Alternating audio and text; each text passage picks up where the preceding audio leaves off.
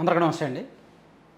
RCB 18 ఏళ్ల నిరీక్షణ తర్వాత royal Challengers Bengaluru team IPL cup గెలుచుకుంది. ఈ గెలుపు సంబరాలు 24 గంటలు కూడా ముగియక ముందే, ఆ గెలుపు ఆనందం 24 గంటలు కూడా గడవక ముందే ఆవిరైపోయింది. ఒక విషాదం నెలకొంది. ఇప్పుడు ఆ జట్టు అంటే ఆ టీం సభ్యులు కావచ్చు, ఆ మేనేజ్మెంట్ కావచ్చు, బెంగళూరు ప్రజలు కావచ్చు, ఇంక్లూడింగ్ ప్రభుత్వము, ఈవెన్ బీసీసీఐతో సహా, ఐపీఎల్ నిర్వాహకులతో సహా అందరూ విషాదంలో మునిగారు. ఆ గెలుపు క్షణాలు మైండ్లోకి వస్తున్నప్పుడు ఆ చిన్నస్వామి స్టేడియంలో జరిగిన తొక్కిసలాట గుర్తొచ్చి కళ్ళమటి నీళ్ళు తిరుగుతున్నాయి. వాళ్ళకి ఎమోషన్ వచ్చేస్తుంది. ముఖ్యంగా విరాట్ కోహ్లీ మాటల్లో విరాట్ కోహ్లీ ఎమోషన్స్ మనం చూడొచ్చు. ఆ ఘటన మీద అతను స్పందించిన తీరు చూడొచ్చు. సో దీనికి ఒక కీలకమైన అంశం ఒకటి బయటకు వచ్చింది. అసలు ఈ ఘటన అంతా జరగడానికి కారణం ఏంటంటే, యాక్చువల్లీ వాళ్ళు నిన్నగాక మొన్న కప్పు గెలిచారు. 3వ తేదీ సాయంత్రం వాళ్ళ చేతికి కప్పు వచ్చింది. 3వ తేదీ రాత్రి 11:30, 12 గంటలకు వాళ్ళ చేతికి కప్పు వచ్చింది. ఇమీడియట్గా వాళ్ళు బయలుదేరిపోయి బెంగళూరు వచ్చేశారు. సరే, నిజానికి ఆర్సీబీ కప్పు గెలవడమే ఒక సుదీర్ఘ నిరీక్షణ తర్వాత కాబట్టి భావోద్వేగాలు, ఎమోషన్స్ చాలా స్ట్రాంగ్గా ఉంటాయి. కాస్త ఒక 2-3 రోజులు గడిస్తే మైండ్లోంచి ఆ ఎమోషన్స్ కాస్త కంట్రోల్ అవుతాయి, తగ్గుతాయి. అప్పుడు ఆ వేడి ఉండదు, ఆ ఎమోషన్ ఉండదు, ఆ భావోద్వేగం ఉండదు. కాబట్టి మొదట 1,00,000 మంది వెళ్ళాలనుకునే వాళ్ళు ఆ తర్వాత 20,000 మందే వెళ్ళాలనుకుంటారు. మొదట 20,000 మంది వెళ్ళాలనుకునే వాళ్ళు ఆ తర్వాత 5,000 మంది, 6,000 మంది మాత్రమే వెళ్ళాలనుకుంటారు. అంటే అయిపోయింది, ఇంకా సరే, ఆర్సీబీ టీం కప్పు గెలిచింది, అది 24 గంటలు అయిపోయింది. సరే, ఇంకా ఆస్వాదం నుంచి, ఆ క్షణాల నుంచి బయటకు వచ్చేస్తారు. ఇక్కడ వాళ్ళు ఏం చేశారంటే, team management, RCB team management వాళ్ళు ఏం చేశారంటే ఇమీడియట్గా పోలీసులకు దరఖాస్తు చేసుకున్నారు. మేము ఇట్లా ర్యాలీ చేస్తాము, బెంగళూరులో ర్యాలీ చేస్తాము, అండ్ చిన్నస్వామి స్టేడియంలో కూడా దీనికి సంబంధించి, కార్యక్రమానికి సంబంధించి చేసుకున్నారు. అట్ ద సేమ్ టైం ప్రభుత్వం కూడా సన్మానించాలి అని నిర్ణయం తీసుకుంది. అంటే టీం యాజమాన్యం చిన్నస్వామి స్టేడియంలో వీళ్ళందరికీ సన్మానం చేయాలని నిర్ణయం తీసుకుంది. దీని మీద పోలీసులు వద్దన్నారు. పోలీసులకి ఇది అర్థమైంది, ఇదంతా కూడా భావోద్వేగాలతో కూడిన అంశం, ఖచ్చితంగా ఎమోషన్స్ బయటకు వస్తాయి, ప్రజలు భారీగా వస్తారు. ఎందుకంటే ఆర్సీబీ గెలిచిన రోజు రాత్రే దేశం మొత్తం మీద, not only in Bengaluru, New Delhi కానీ, ముంబై కానీ, హైదరాబాద్ కానీ, అంతెందుకు విజయవాడ, విశాఖపట్నం లాంటి సిటీస్, ఓవరాల్గా దేశం మొత్తం ఈ క్రికెట్ అభిమానులు రోడ్ల మీదకి వచ్చి ర్యాలీలు చేశారు, బాణాసంచా కాల్చారు, విపరీతంగా పండగ చేసుకున్నారు, ఉత్సవంలో జరుపుకున్నారు. ఆ రోజు నైట్ 1 గంట 2 వరకు. మరి అటువంటిది నేరుగా కప్పు పట్టుకొని ఆటగాళ్ళు వస్తున్నారు అంటే ఖచ్చితంగా ఆ ఫ్లో ఉంటుంది కదా. సో ఇది ముందే పోలీసులు తెలుసుకొని పర్మిషన్ ఇవ్వాల.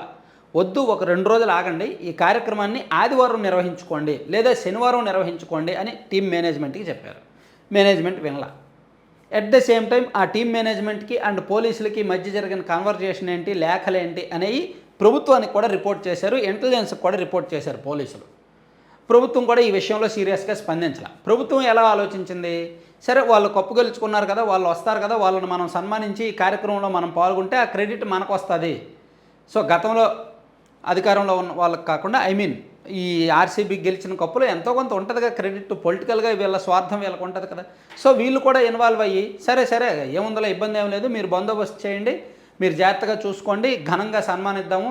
సో ఇదంతా కూడా రాష్ట్రం మొత్తం దీని పట్ల పాజిటివ్గా ఉన్నారు. సో దీన్ని మనం మరింత ఉత్సవంగా చేస్తే ప్రభుత్వానికి కూడా మంచి పేరు వస్తుంది కదా. అంటే వాళ్ళ గెలుపులో ప్రభుత్వానికి పాత్ర ఉన్నట్టు కొంత షో చేయొచ్చని ఆలోచించారేమో మొత్తానికి.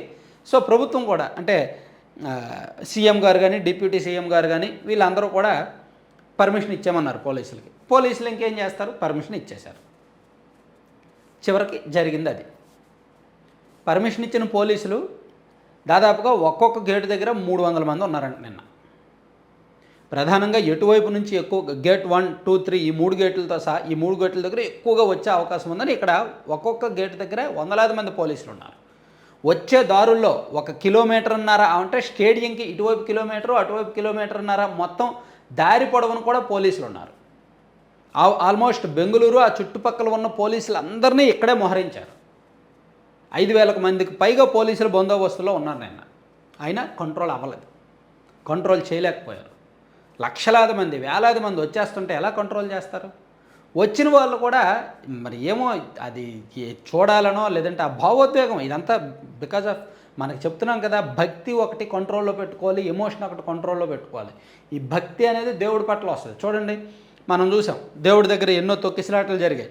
సింహాచలం అప్పన్న స్వామి దగ్గర ఆ గుడి దగ్గరేమో గోడ కూలింది.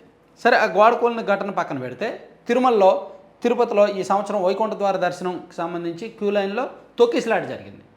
అండ్ మొన్న అంతకుముందు ఒకసారి గోదావరి పుష్కరాల టైంలో లాస్ట్ పుష్కరాలప్పుడు తొక్కిసలాట జరిగింది. అది భక్తి మైండ్లో ఉన్నప్పుడు ఆలోచన పనిచేయదు, మైండ్ పనిచేయదు. అర్జెంటుగా వెళ్ళిపోవాలి, పుష్కర స్నానం చేసేయాలి, అర్జెంటుగా వెళ్ళిపోవాలి, క్యూ లైన్ టికెట్లు తీసేసుకోవాలి అనేది మాత్రమే వాళ్ళ మైండ్లో ఉంటుంది. వాళ్ళ టార్గెట్ అదే ఉంటుంది. ఆ టార్గెట్ మైండ్లో అది ఉన్నప్పుడు, ఫోకస్ దాని మీద ఉన్నప్పుడు, అరే ఇంతమంది జనం ఉన్నారు, తొక్కేస్తారేమో, మనం జాగ్రత్తగా ఉండాలి అని ఈ భయం ఉండదన్నమాట.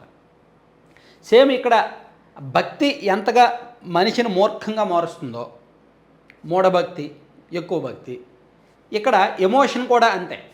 అది క్రికెట్ పట్ల కావచ్చు, ఒక వ్యక్తి పట్ల కావచ్చు, సినిమా పట్ల కావచ్చు, దేని మీద అయినా సరే విపరీతమైన భావోద్వేగాలు ఉన్నప్పుడు, దాన్ని నియంత్రించుకోలేని స్థితిలో ఉన్నప్పుడు వాళ్ళ మైండ్ పనిచేయదు.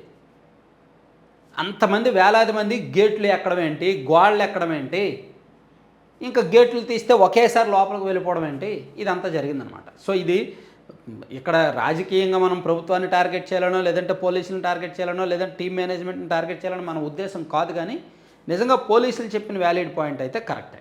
భావోద్వేగాలు ఎక్కువగా ఉన్నప్పుడు ఒక 2 రోజులు వాయిదా వేసుకోవడంలో తప్పులేదు.